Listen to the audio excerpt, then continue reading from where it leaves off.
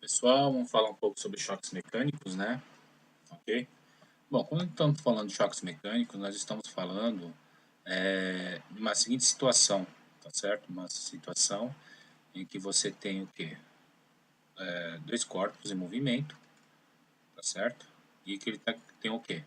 Animados com uma certa velocidade. Então você tem esse corpo aqui, 1, animado com uma velocidade V1, portanto, esse corpo 2, animado com uma certa velocidade V2, tá certo? Aí o que vai acontecer? Vamos supor que a velocidade V1, tá certo? É maior que a velocidade V2.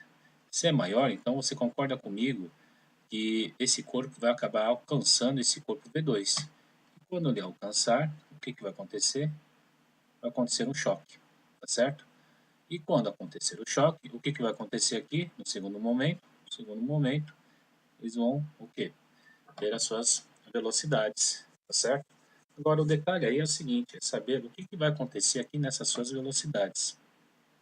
Tudo bem? Então você tem uma velocidade V'1, tá? E uma velocidade V'2. Isso aqui é uma forma genérica, porque pode ter acontecido uma série de situações. Pode acontecer uma coisa dessa forma, né? Tudo bem? Então pode, olha só, os dois estão indo dessa forma, tá certo? Eles batem, eles pode acontecer isso aqui, tá certo? Eles vão se afastar dessa forma. Pode acontecer uma coisa desse tipo aqui, ó. Os dois ficarem juntos, portanto, se os dois ficarem juntos, eles vão ter o quê? A mesma velocidade, V', né? Ou então pode acontecer o seguinte, esse aqui, ó, vai ficar parado, então esse aqui vai ficar V'1 igual a zero, e esse aqui, ó, ele bateu, né? Esse aqui fica parado e esse aqui continua com V'2, tá? Então, pode acontecer essas situações aqui, tudo bem? Aí a gente tem que saber o que vai estar acontecendo nessas situações, o tipo de choque, a qualidade desses choques que podem acontecer. Que tipo de choque seria esse aqui, ou nesse caso aqui, certo? Então, o que a gente pode observar aqui? Ó?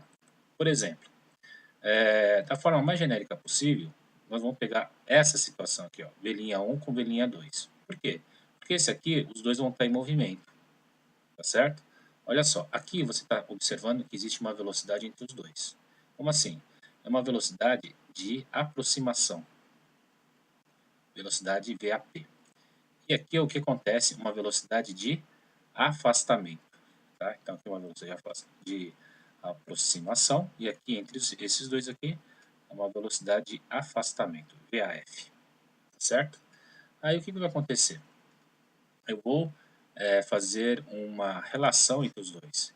Que é a velocidade de afastamento dividido pela velocidade de aproximação. Tá? O que seria essa velocidade de afastamento? Né? Olha só, essa velocidade de afastamento seria depois do choque. Porque depois que acontece o choque, vai ter um afastamento entre os dois. Né? Se vai ter um afastamento entre os dois, é porque essa velocidade V'2 é maior que a velocidade V'1.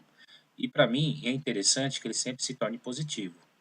Então, o que acontece? A velocidade de afastamento vai ter que dizer o seguinte, que V'2 é maior que V'1. Portanto, eu vou escrever assim, ó, V'2 menos V'1. Tá? E a velocidade de aproximação diz o seguinte, que V1 é maior que V2, portanto, fica o quê? V1 menos V2. Tá certo? Então, existe uma razão entre os dois aqui. Essa aqui é a forma mais genérica possível que eu posso escrever a respeito do que pode vir a acontecer. Tá certo? Isso aqui, ó, essa razão tem um nome. Primeiro, a letra que o simboliza é a letra E. E o nome disso aqui é coeficiente de restituição mecânica. Só isso, nada demais. Coeficiente de restituição. Então, muitas vezes, ele quer que calcule o coeficiente de restituição. Para calcular o coeficiente de restituição, basta observar o quê? As velocidades que aconteceu depois, que é a velocidade de afastamento, com a velocidade que aconteceu antes do choque, que é a velocidade de aproximação. Tá certo?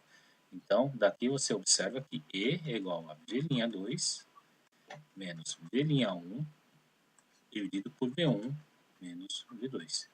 Tá? Então, é o que aconteceu depois, né, entre eles, e o que aconteceu antes entre eles. Tá certo? E nessas colisões aqui, ó, vai ter algumas coisas interessantes. Por exemplo, vamos supor que esse E aqui, ó, né, a partir daqui, você vai ter um E com 3 valores, tá? Você pode ter um E que vai ser o quê?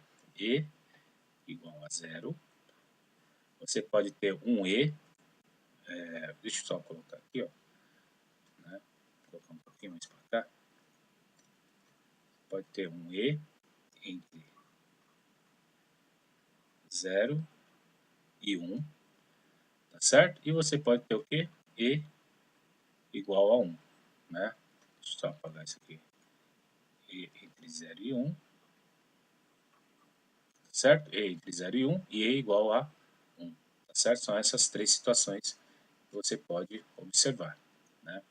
Olha só o que quer dizer esse E igual a 0, tá? Quando E for igual a 0, quer dizer que V'2 menos V'1 são o quê? Um é igual ao outro, porque isso aqui tem que ser 0. Se um é igual ao outro, fica que situação? Essa situação que está aqui. Então, tipo, os dois corpos vão juntos, com a mesma velocidade. Esse tipo de choque nós chamamos de choque inelástico. Choque inelástico. Agora, outra situação que está acontecendo aqui. E entre 0 e 1. E entre 0 e 1 vai ficar uma fração menor do que 1. Tá certo? Esse tipo de choque, já que vai ficar uma fração, nós chamamos de parcialmente elástico.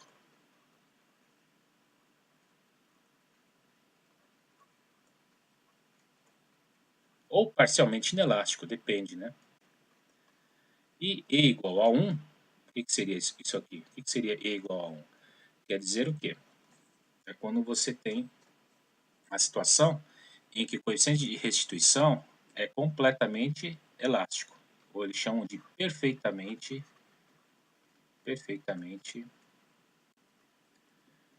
elástico. Tudo bem? Né? Seriam essas três situações que você deve observar, tá? Quando está falando de coeficiente de restituição. Tudo bem?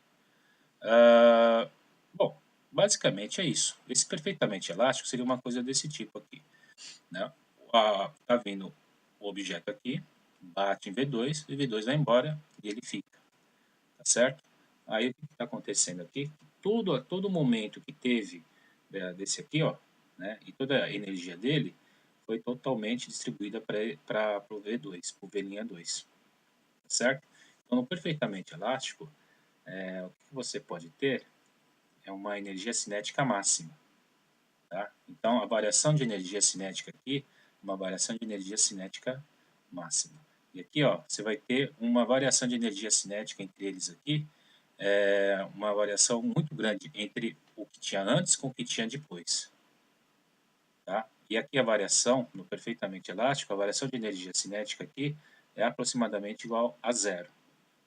Né? Então, perfeitamente elástico, a variação de energia cinética é aproximadamente igual a 0. Quando eu falo variação de energia cinética, a energia cinética que você tinha antes da colisão é igual à energia cinética que tinha o quê? Depois da colisão. Então, é perfeitamente elástico. Nesses dois casos aqui, é que você vai ter energias cinéticas o quê? Diferente de 0. Tá? Então, a variação de energia cinética aqui, ó, antes e depois, vai ser o quê? Diferente de 0. Tudo bem? É assim que você pode colocar aqui, ó, diferente de 0. Tá certo? Então, seria uma coisa parecida com isso aqui. Tudo bem? Beleza? Tá? Bom, e energia cinética, você escreve como? Massa, velocidade ao quadrado, dividido por 2. Então, quando você escreve energia cinética antes, você tem que escrever energia cinética dessa partícula, que é a massa dessa partícula, com a velocidade dessa partícula antes, e energia cinética dessa partícula, que é o que? A massa dessa partícula com essa velocidade dessa partícula antes. E soma, tá? mv quadrado sobre 2 desse, mv quadrado sobre 2 desse.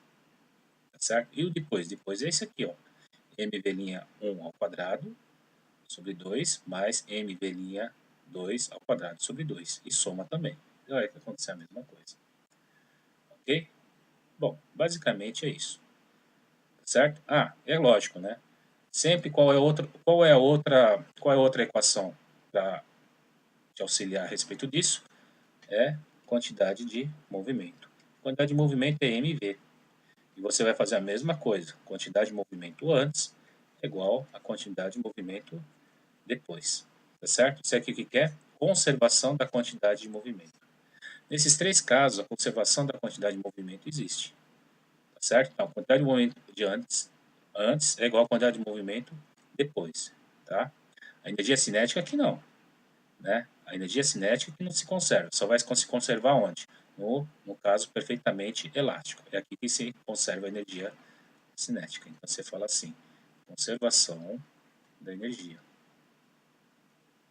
Tá certo? Tem conservação da energia. Tá certo? Nesse caso aqui não.